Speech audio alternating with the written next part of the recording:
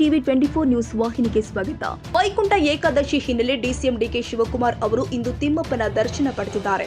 ನಾನು ಕೂಡ ದೇವರಿಗೆ ಪೂಜೆ ಮಾಡ್ತೀನಿ, ದೇವರಿಗೆ ನಮಸ್ಕಾರ ಮಾಡದೆ ನಾನು ಮನೆಯಿಂದ ಹೊರಗಡೆ ಹೋಗುವುದಿಲ್ಲ ಎಂದು ಅವರು ಈ ವೇಳೆ ತಿಳಿಸಿದ್ದಾರೆ. ತಿಮ್ಮಪ್ಪನ ದರ್ಶನದ ಬಳಿಕ ಮಾಧ್ಯಮಗಳೊಂದಿಗೆ ಮಾತನಾಡಿದ ಡಿಸಿಎಂ, ದೇಶದೆಲ್ಲೆಡೆ ವೈಕುಂಠ ಏಕಾದಶಿ ಆಚರಣೆ ಮಾಡಲಾಗ್ತಾ ಇದೆ. ಧರ್ಮೋ ರಕ್ಷಿತಿ ರಕ್ಷಿತಂ. ಯಾರು ಧರ್ಮವನ್ನ ಕಾಪಾಡುತ್ತಾರೋ ಧರ್ಮ ಅವರನ್ನ ಕಾಪಾಡುತ್ತೆ. ದೇವರ ಸನ್ನಿಧಿಯಲ್ಲಿ ಲಕ್ಷ್ಮೀ ವೆಂಕಟೇಶ್ವರನ ದರ್ಶನ ಮಾಡಿದ್ರೆ ವೈಕುಂಠ ಸೇರುವ ಅವಕಾಶ ಸಿಗುತ್ತೆ ಎನ್ನುವ ನಂಬಿಕೆ ನಮಗೆಲ್ಲ ಇದೆ ಎಂದಿದ್ದಾರೆ. ಲಕ್ಷಾಂತರ ಜನ ಇಂದು ದೇವಸ್ಥಾನಕ್ಕೆ ಹೋಗಿ ವಿಷ್ಣು ಸ್ವರೂಪದಲ್ಲಿ ಇರುವ ವೆಂಕಟೇಶ್ವರನ ದರ್ಶನ ಮಾಡ್ತಾ ಇದ್ದೇವೆ.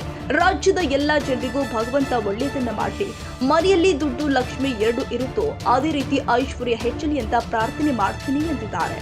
ತಮಿಳುನಾಡಿನಲ್ಲಿ ಸುದರ್ಶನ ಹೋಮ ಮಾಡಿಸಿದ ವಿಚಾರವನ್ನ ಮಾಧ್ಯಮದವರು ಕೇಳಿದಾಗ ಪ್ರತಿಕ್ರಿಯಿಸಿದ ಡಿಸಿಎಂ, ಹೌದ್ರಿ, ನಾನು ದಿನ ಪೂಜೆ ಮಾಡ್ತೀನಿ, ದಿನ ದೇವರನ್ನ ನೋಡ್ತಾ ಇರ್ತೀನಿ, ದಿನ ಹೋಮಗಳನ್ನ ಮನೆಯಲ್ಲಿ ಮಾಡ್ತೀನಿ. ವಿಶೇಷ ಅಂದ್ರೆ ಪ್ರತಿದಿನ ನನ್ನ ರಕ್ಷಣೆಗೆ ನೀವು ಬೇಕಲ್ವಾ, ನನ್ನ ಮನಸ್ಸಿಗೆ ನೆಮ್ಮದಿಗೆ ನನ್ನ ಸಮಾಧಾನಕ್ಕೆ ಮಾಡಿಸಿದ್ದೀನಿ ಎಂದಿದ್ದಾರೆ.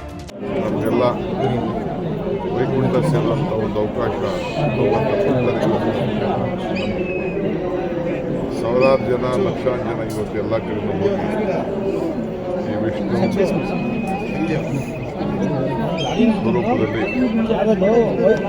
ನಾವೆಲ್ಲ ವೆಂಕಟೇಶ್ವರನ ದರ್ಶನವನ್ನು ರಾಜ್ಯದ ಎಲ್ಲ ಜನತೆ ಕೂಡ ನಾನು ಈ ಸಂದರ್ಭದಲ್ಲಿ ಭಗವಂತ ಒಳ್ಳೆಯದು ಮಾಡಿ ಈ ದೇವರ ಅನುಗ್ರಹ ಎಲ್ಲರೂ ಕೂಡ ಇರಲಿ.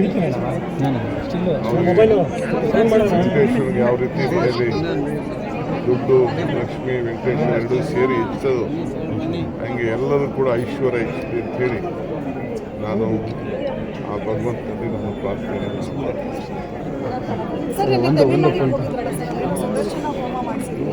ಹೌದ್ರಿ. ನಾನು ದಿನ ಪೂಜೆ ಮಾಡ್ತಾ ಇರ್ತೀನಿ, ದಿನ ದೇವ್ರು ನೋಡ್ತಾ ಇರ್ತೀನಿ, ದಿನ ಹೋಮಗಳನ್ನ ನಮ್ಮ ಮನೆಯಲ್ಲಿ ವಿಶೇಷ ಅಂದರೆ ಎವ್ರಿ ಡೇ ನನ್ನ ರಕ್ಷಣೆಗೆ ನೀವು ಬೇಕಲ್ಲ.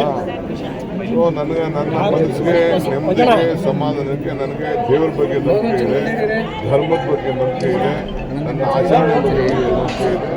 ಸೊ ನಾನು ಮಾಡ್ತಾ ಇರ್ತೀನಿ ಎವ್ರಿ ಡೇ. ನಾನು ದೇವರಿಗೆ ನಮಸ್ಕಾರ ಮಾಡಿದೆ ನಮ್ಮ ಮನೆಯಿಂದ ಹೋಗೋದೇ ಇಲ್ಲ ಈಚೆ. ನಾನು ಯಾವ ದೇವ್ರ ಶಕ್ತಿ ನಾನು ನಂಬ್ಕೊಂಡಿರ್ತೀನಿ, ಎಲ್ಲರ ಬಗ್ಗೆ ನಮಗೆ ಪ್ರೀತಿ ಇದೆ. ಕುಮಾರಸ್ವಾಮಿ ಅವರು ರಿಯಾಕ್ಟ್ ಮಾಡಿದ್ದಾರೆ ಸರ್, ಶತ್ರುಗಳನ್ನು ನಾಶಪಡಿಸಲಿ ಅಂತ ಹೇಳಿ ಪೂಜೆಯನ್ನು ಮಾಡಿಸ್ಕೊಂಡು ಬಂದಿದ್ದಾರೆ.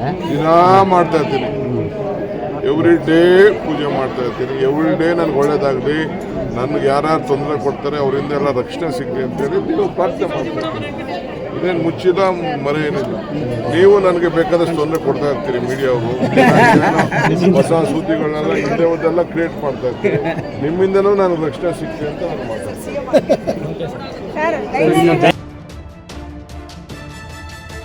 ಕನ್ನಡಿಗರ ಮೆಚ್ಚಿನ ನಿಮ್ಮ ಟಿವಿ 24 ಕನ್ನಡ ನ್ಯೂಸ್ ವಾಹಿನಿ ಇದೀಗ ಟಿವಿಯಲ್ಲಿ ಲಭ್ಯ.